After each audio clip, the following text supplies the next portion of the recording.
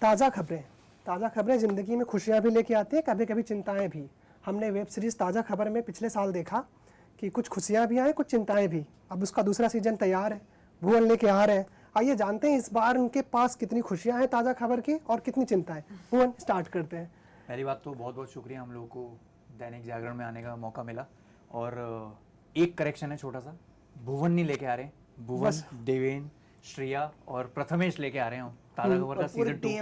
पूरी टीम लेके आ रही है जी बिल्कुल। और हम लोग बहुत ज़्यादा एक्साइटेड है। मतलब कैसे बताएं सर, काफ़ी उत्साह से लैस हम लोग हैं। और बहुत ज़्यादा, कितने, एक दिन 2 दिन रह गए, कितने रह गए? हाँ बस वो हैं? काउंटडाउन, घंटों का काउंटडाउन चल रहा है। हाँ बस। तो तैयारी पहले सीजन से ही हो चुकी थी दूसरे सीजन की या फिर? नहीं, सीजन 1 के रिस्पॉन्स के बाद हमें बोला गया कि सीजन 2 भी बनाओ। तो हमने कहा कि ठीक है, बनाते हैं। फिर सीजन 2 में उस तरह से हमने अप्रोच किया सीजन 2 को। कभी सोचा नहीं था सीजन 2 का। वरदान का अभिशाप बनते हुए नहीं सोचा था। सोचा था पर ये नहीं सोचा था कि इतनी जल्दी मौका मिलेगा बनाने का सीजन 2। जी देवेंद्र सर, आपका कैरेक्टर इसमें काफ़ी इंटरेस्टिंग दिख रहा है। क्या चीज़ें आपकी रही, किस तरह से आपको अप्रोच किया गया, आपने क्या सोचा कि मुझे क्यों ज्वाइन होना चाहिए? क्योंकि एक सीनियर एक्टर होने के नाते आपके दिमाग में पहला सवाल ये आता है कि क्यों ज्वाइन करें और इससे मुझे क्या मिल रहा है। तो क्या इसका आंसर मिला? जी हाँ, मैं काफ़ी सालों तक टेलीविज़न में व्यस्त था और फिर थोड़ी मोनोटोनी आ गई थी और मैं कुछ और एक्सप्लोर करना चाह रहा था अपने आप को एज एन एक्टर और OTT प्लेटफॉर्म।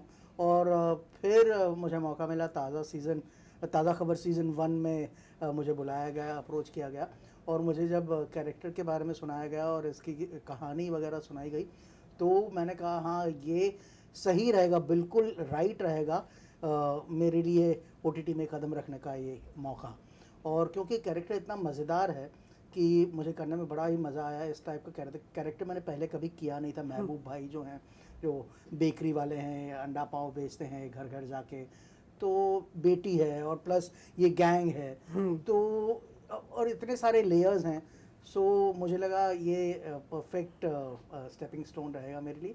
और सीज़न 1 का रिस्पॉन्स इतना अच्छा रहा कि फिर सेकेंड सीज़न की रिस्पॉन्सिबिलिटी और बढ़ जाती है। एंड फॉर्चुनेटली इसमें लेयर्स और बढ़ गए हैं, तो I really enjoyed the second season even more. Shreya, आपके लिए क्या आपने कहा कि मेरे कैरेक्टर्स में कुछ इस बार चेंजेस लाओ, कुछ इसमें शेड्स डालो, अब अलग अलग डालो, जितने लोगों ने पहले देखे उससे कुछ अलग डालो, कुछ नया डालो, कुछ इस तरह से आपके लिए भी अप्रोच? एक्चुअली कहानी ऐसी है कि सबके कैरेक्टर्स इवॉल्व हो ही गए हैं। मेरे लिए सीजन 1 में जो मधु का कैरेक्टर था, जो सेक्स वर्कर है, वो जनरली मेरे लिए एक अलग रोल था, look wise, vibe wise and genre wise also compare to मैंने जो पहले काम किया है। सो ऑलरेडी वो मेरे लिए एक विन हो चुका था इन सीजन 1 एंड सीजन 2 बिकॉज कहानी इस मोड पे आ जाती है, इनवेरिएबली सबके वो अलग शेड्स आ ही गए हैं सर्कमस्टांसेस की वजह से। एंड मुझे बहुत मज़ा आता है जब इंटरपर्सनल डायनामिक्स को एक्सप्लोर किया जाता है।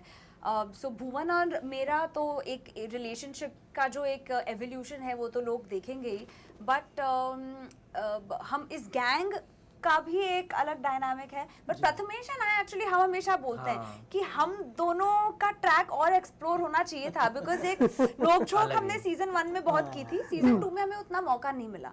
सो I personally enjoy doing comedy, जो मुझे अब तक बहुत मौका नहीं मिला है। बट आपके माध्यम से तो मैं बताना चाहूँगी कि मेरी फर्स्ट मराठी फिल्म में कॉमेडी मैंने एक्सप्लोर की थी एंड मैं और करना चाहूँगी। या जी प्रथमेश, आप तो दोस्ती निभाते थे, काफ़ी आगे बढ़ गए, तो अब वो दोस्ती कौन सा नया रंग लाने वाली है? और अगर रियल लाइफ में एक बात करें तो प्रथमेश दोस्ती के लिए किस हद तक जाने के लिए रेडी होते हैं कि चल भाई आज तो फिर फोड़ देते हैं? नहीं, बहुत ज़्यादा, मतलब इधर तो मतलब बहुत ही नेक्स्ट लेवल गया है पीटर वत्स्या के लिए, और क्या है वो तो आपको सीजन में दिखाई देगा। और रियल लाइफ में तो बहुत सारी चीज़ें की यार दोस्तों के लिए। मतलब लोग, कई रात को 3 बजे फ़ोन आ जाता है किसी दोस्त का कि भाई क्या कर रहा है, और हमें से बोल क्या हुआ तेरे को, क्या कर रहा है, तो बोलता है भाई टेंशन है बहुत, आ जा। तो उस टाइम पे अगर कोई दोस्त आ गया तो वो सच्चा दोस्त है, क्योंकि वो 3 बजे हम सोए हुए हैं और उसका कोई फ़ोन आ गया तो अपन अरे यार इसका क्यों फ़ोन आ गया और क्या हो गया लाइफ में, तो उसको कहीं बाहर लेके जाना, उसको समझाना नहीं, एक्चुअली मुझे ऐसा लगता है कि समझाने से ऊपर कुछ चीज़ हो तो सुनना है। मतलब उस टाइम पे कुछ समझा कि कुछ होता नहीं है दोस्तों को, तो एक सुनने वाला दोस्त चाहिए, वो मैं हूँ सबका, ऐसा मुझे लगता है। और वत्स्य के लिए भी पीटर ही है। सो ये एक्सप्लोर भी बहुत हुआ है ये सीजन में, और बहुत मज़ा आएगा लोगों को कि पीटर। और एक चीज़ अभी मुझे याद आई कि यार मैं तो ये किसी इंटरव्यू में बोला नहीं हूँ कि मेरी टीपी आई थी, उसके 3 पार्ट्स हो गए, टकाटक आई थी 2 पार्ट हो गए, दृश्यम आई थी 2 पार्ट हो गए, अब ताज़ा खबर आ रही है इसके 2 पार्ट। मतलब लकी चाम तुम हो। यार याद है को यार, खामखा हम भुवन को बोल रहे थे। नहीं ये नहीं है, भुवन तो आई। अरे मजाक कर रहे हो, मजाक कर रहे हो। Thank you so much guys, see you all. खत्म। सही में यार ये तो बड़ी अच्छी वो है। बहुत चीज है बहुत। फिर और क्या scene? टी तो मेरे लिए बहुत फेवरेट है। हाँ T oh that is so interesting. Time pass, ताजा खबर, टकाटक, मतलब सब तीनों सुपर है। सब ओह तीनों my T. God Prathamesh, that is so true. Time अच्छा है टी से। Very interesting.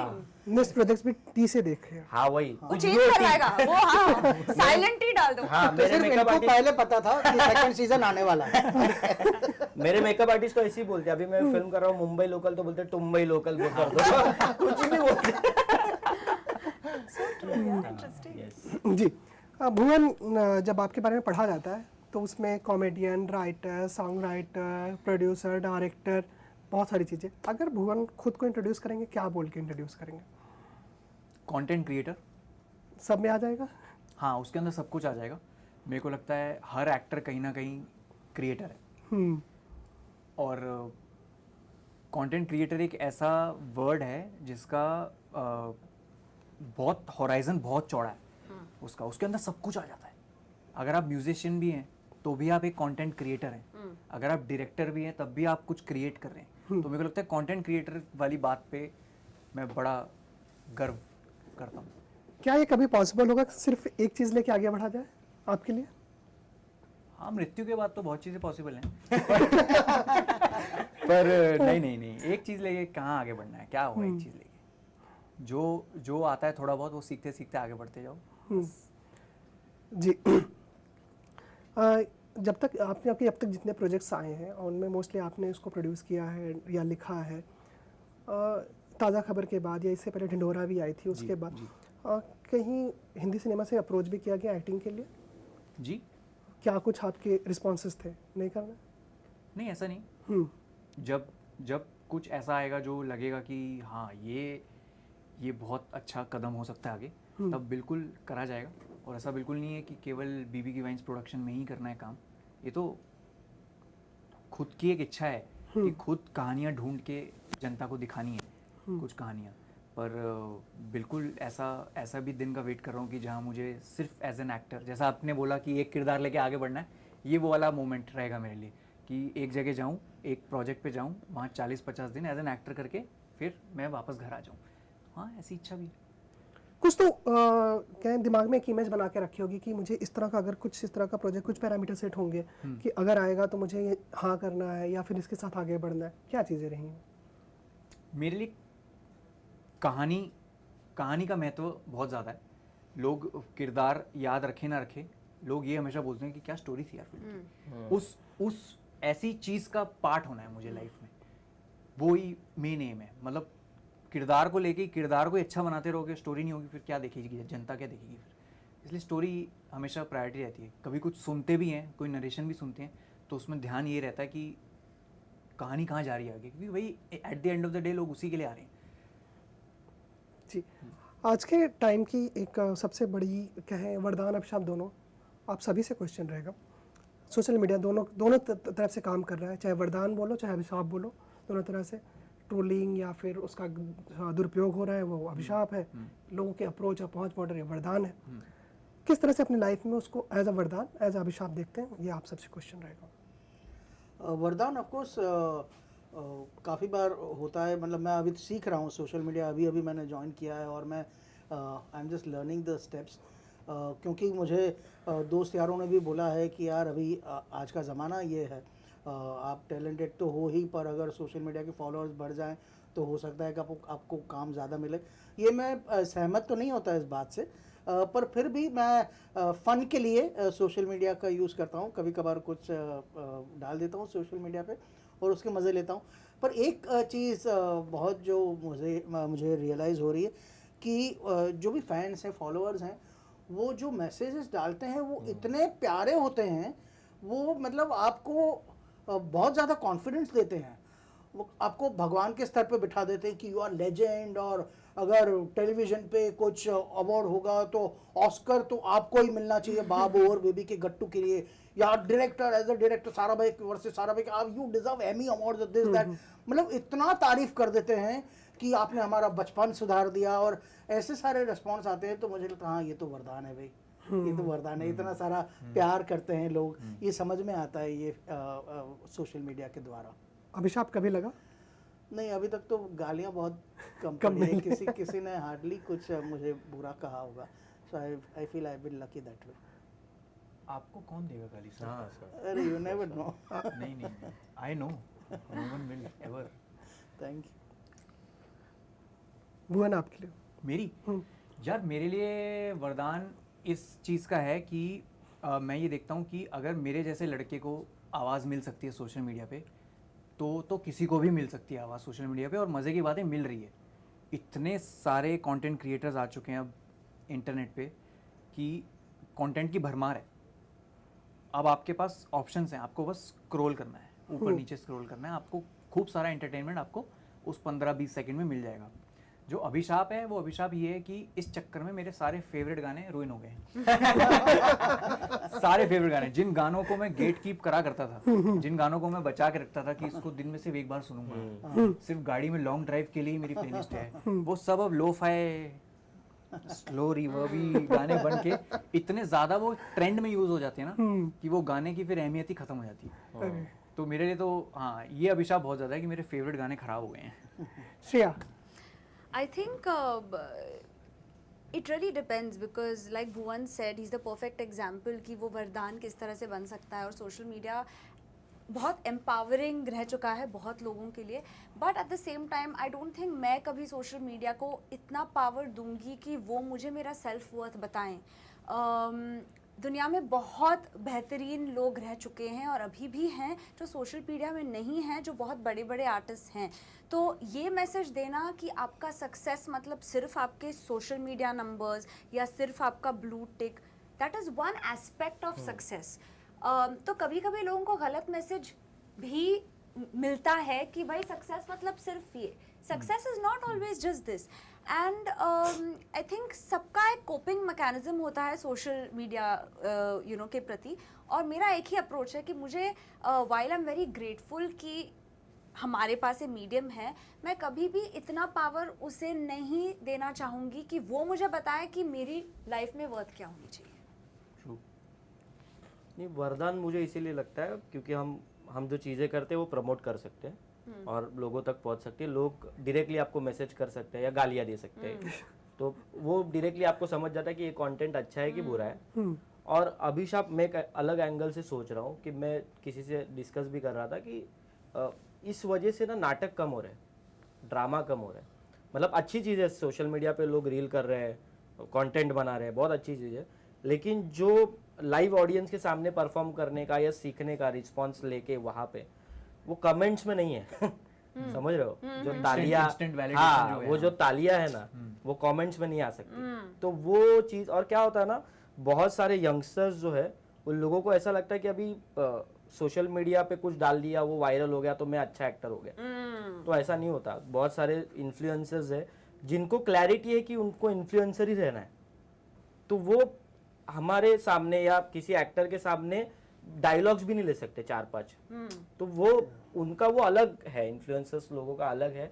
और एक्टर, अगर आपको एक्टिंग सीखनी है तो आपको ड्रामा करना मस्ट है। मतलब अभी तो हमारे मुंबई में, पुणे में एकांकी कंपटीशन भी कम हो रही है। मतलब पहले सर के टाइम तो मतलब कितने एकांकी आते थे, हमारे टाइम पे और कम हो गए।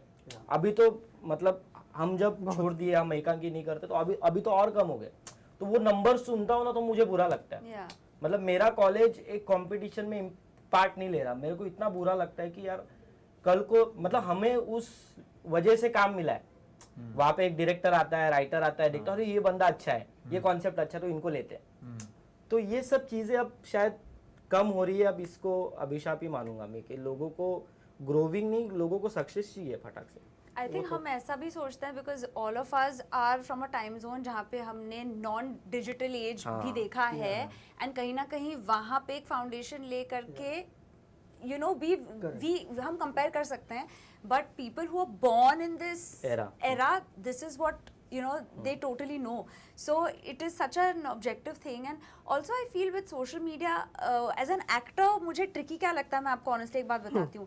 एक चीज़ है मेहनत करना, दूसरा एस्पेक्ट है कि बताना देखो कितनी मेहनत की, देखो कितना मतलब ये काफ़ी लोग हैं ना जिनमें सब्सटेंस कम है बट परसेप्शन बिल्डिंग उनका कमाल का है, उनको सराहा जाता है. और जो लोगों में सब्सटेंस है और परसेप्शन बिल्डिंग में वीक है ना, I fight for them because sometimes we only don't know how to do that well, and that's always a challenge. And this gives out a wrong message to people where then people are made to feel कि बस PR से ही जीत है, वैसी वो बात नहीं है. I mean may call it old school but you know. And here I would also like to add कि सोशल मीडिया जो है वो ज़्यादातर यंगस्टर्स पे पॉपुलर है, पर जो ऑडियंस है उसमें सिर्फ यंगस्टर्स नहीं है, उसमें 50% से भी ज़्यादा शायद 30+ 40+ लोग हैं, तो उनके लिए सोशल मीडिया बहुत कम रीच है.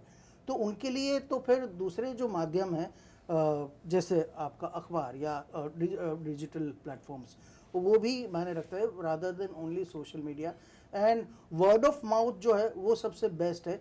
It is better than any medium, अभी तो सोशल मीडिया और एनी अदर. बिल्कुल. और ट्रेंड तो आते जाते रहेंगे but eventually what you are will have that longevity. या फाइनल एंटरटेनमेंट विल सर्वाइव.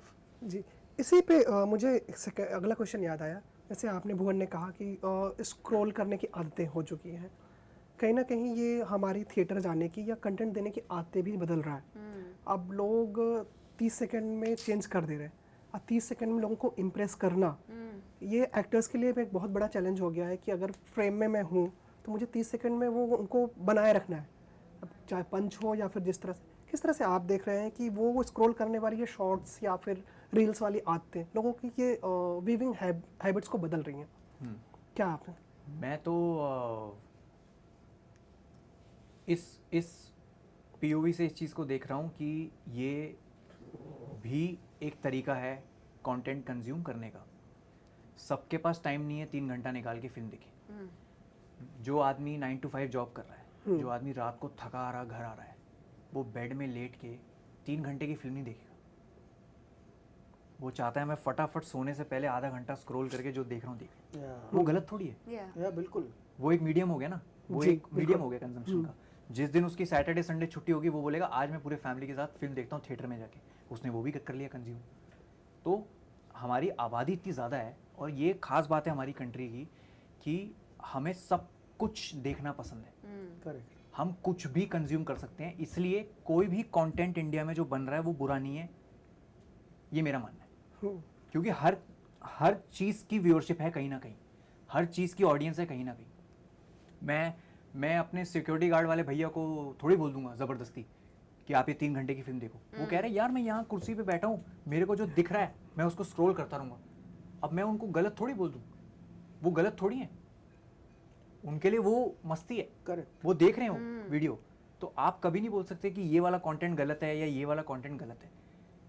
जैसे मेरे कितने दोस्त हैं, जैसे प्रथमेश ने भी बोला वो जो थिएटर है, थिएटर मेरे आसपास कितने दोस्त हैं जो मेक श्योर करते हैं फ्राइडे सैटरडे को नाटक देखने पृथ्वी जाए नाटक देखने.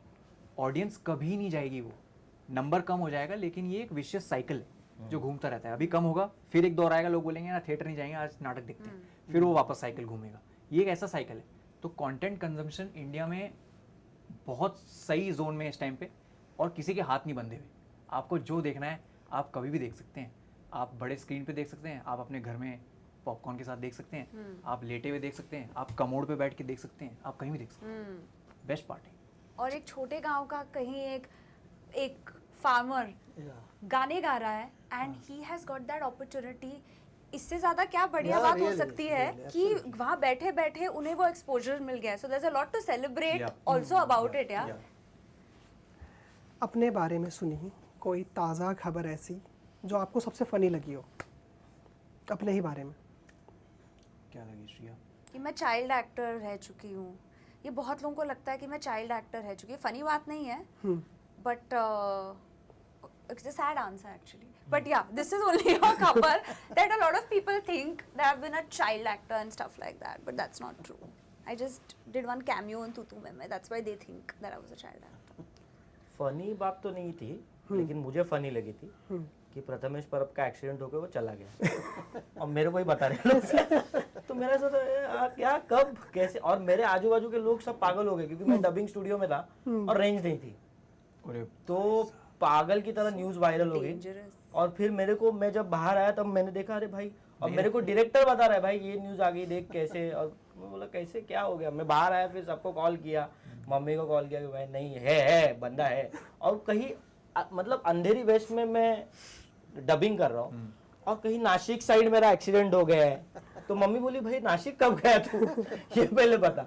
तो कुछ अलग ही, ये मेरे को फनी लगी थी, लोग बहुत सीरियस हो गए थे। या मेरे साथ एकदम सिमिलर किस्सा हुआ था अभी 3 हफ्ते पहले लगभग। माइक्रोसॉफ्ट का वो सर्वर डाउन हो गया था, तो मैंने एक कैरेक्टर किया था सारा भाई वर्सेस सारा भाई का, दुष्यंत, जो टेक्नो गीक है।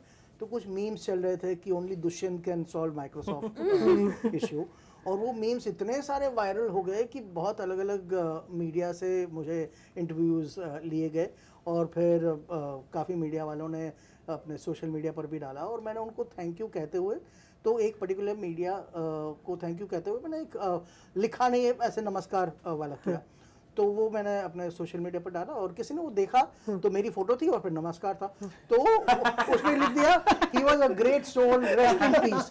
मैं बोला अरे यार, hello hello I am alive यार, और फिर वो hello hello I am alive यार इतना और भी वायरल हो गया कि इतना तो वायरल में कभी जिंदगी में नहीं हुआ जो मेरी मरने की खबर से हो गया मैं। तो ऐसा हम सब कभी ना कभी पूनम पांडे रह चुके हैं। This is actually the theme of ताज़ा खबर only, ना? Actually speaking. एक्चुअली ये चीज़ें काफ़ी वायरल हो रही हैं, या फिर एक्टर्स को परेशान कर रहे हैं। अभी रिसेंटली श्रेयस को आके बोलना पड़ा कि नहीं मैं जिंदा हूँ, श्रेयस तलपड़े।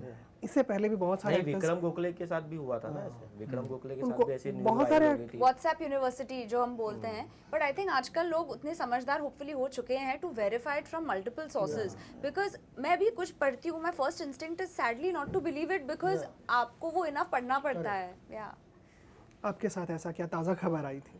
अरे मैंने फेसबुक पर डाल दिया था यार एक बार ये बात। It was 2018-19। किसी ने मुझे विकीपीडिया का एक स्क्रीनशॉट खींच के भेजा, और विकीपीडिया एक ऐसी चीज़ है जो एडिट हो सकती है, एडिट हो सकती कोई भी कर सकता है विकीपीडिया आपका एडिट। अच्छा, तो apparently I am married to Angelina Jolie and we have 11 kids. well, I mean, Congratulations. yeah, are you complaining? जिसने भी एडिट किया है देख लो अभी लोग कितने, वाह, शायद ये ताज़ा खबर हो। ये तो अच्छा ही एडिट किया ना। मतलब मैं उसको देख तो खुद ने ही किया होगा मुझे और ऐसा। मैं उसको देख रहा हूँ, सर मुझे उस दिन पता चला कि विकीपीडिया पे एडिट हो सकता है। अच्छा, कोई भी कर सकता है अरे edit। मुझे Edit सिखाना हो है। जाता है। मेरी बहुत 21 11 मुझे सिखाना, क्योंकि मेरी बर्थ डेट रॉन्ग लिखी है विकिपीडिया ने, तो अभी मेरा हम सब तो मेरा अभी बर्थडे गया तो काफी लोगों ने विश किया, तो कोई लोग ताना मार रहे हैं, क्या सर आप थैंक यू बोल रहे हैं, आपका तो बर्थडे 25 नवंबर है, अभी आप 19 सितंबर को क्यों सबको थैंक यू, आपका तो रियल बर्थडे। बोला भाई मुझे मालूम है मेरा बर्थडे कौन सा है, ये विकिपीडिया ने बताया कि मेरा बर्थडे ये है, एक्चुअली वो नहीं है। वो इतना ओपन एंडेड है वो विकीपीडिया एज अ पेज कि कुछ भी एडिट हो सकता है उसमें। बड़ा फनी है। कभी ऐसा तो नहीं था मन की बातें किसी ने विकिपीडिया पे डाल दी हो? नहीं, वो 10 सेकंड की खुशी बहुत हुई मुझे, but उसके बाद स्ट्रेस ज़्यादा हुआ मुझे कि ये क्या है, ये कैसे होगा ये सब। नहीं काफ़ी टाइम हो गया, तो क्या कुछ तैयारियां हैं क्या नेक्स्ट डायरेक्टोरियल की, क्या कुछ अभी आ रही हैं? मेरी लाइफ जहाँ चलती है वहाँ मैं चला जाता हूँ, ले चलती है वहाँ, तो कभी एक्टर की गाड़ी चल पड़ती है, कभी डायरेक्टर एज अ डायरेक्टर। तो जो भी प्रोजेक्ट आता है मुझे एज एन एक्टर या एज अ डायरेक्टर, तो मैं देखता हूँ कि मुझे इसमें मज़ा आएगा कि नहीं, will I be able to contribute enough to the whole project. So फिर मैं उसमें हामी भरता हूँ, और लेटली एज एन एक्टर काफ़ी एक्टिव रहा हूँ मैं, तो एज अ डायरेक्टर मैंने अभी थोड़ी बैक सीट ली है। आई डोंट नो कब तक चलेगा ये। शायद मेरी जब लास्ट टाइम बात है आपने कुछ कहानियाँ भी लिख रखी हैं। जी हाँ लिखी है, एक कहानी लिखी, पर उसमें थोड़ा क्लाइमैक्स में मैं राइटर्स ब्लॉक आ गया है तो मैं अटक गया हूँ, पर जब तक एक्टर एज एन एक्टर गाड़ी चल रही है तो आई एम हैप्पी। जी जी जी। क्या ताज़ा खबर सीजन 3 की भी तैयारियां हो चुकी हैं या फिर अभी नहीं हुई है, अभी सीज़न 2 पे ज़्यादा फोकस है कि सीज़न 2 27 सितंबर को डिज्नी प्लस हॉटस्टार पे आए, लोग उसको देखें, लोग उसको प्यार दें, अभी ये मेन गोल है। सीज़न 3 दिमाग में है? जब होगा तब होगा। दिमाग में है कहानी? नहीं अभी नहीं, कोई अभी- आइडिया नहीं? नहीं अभी कुछ नहीं, अभी बस सीज़न 2 के बारे में ही सोच रहे हैं हम लोग, जब 3 होगा तब देखी जाएगी। थैंक यू सो मच ताज़ा खबर सीजन 2 की टीम, आप लोग को ढेर सारी शुभकामनाएं और बधाइयाँ एडवांस में। आप लोग का शो हिट होने वाला है। So thank you so much. Thank you भाई, Thank थैंक you यू यार, so much. Thank you.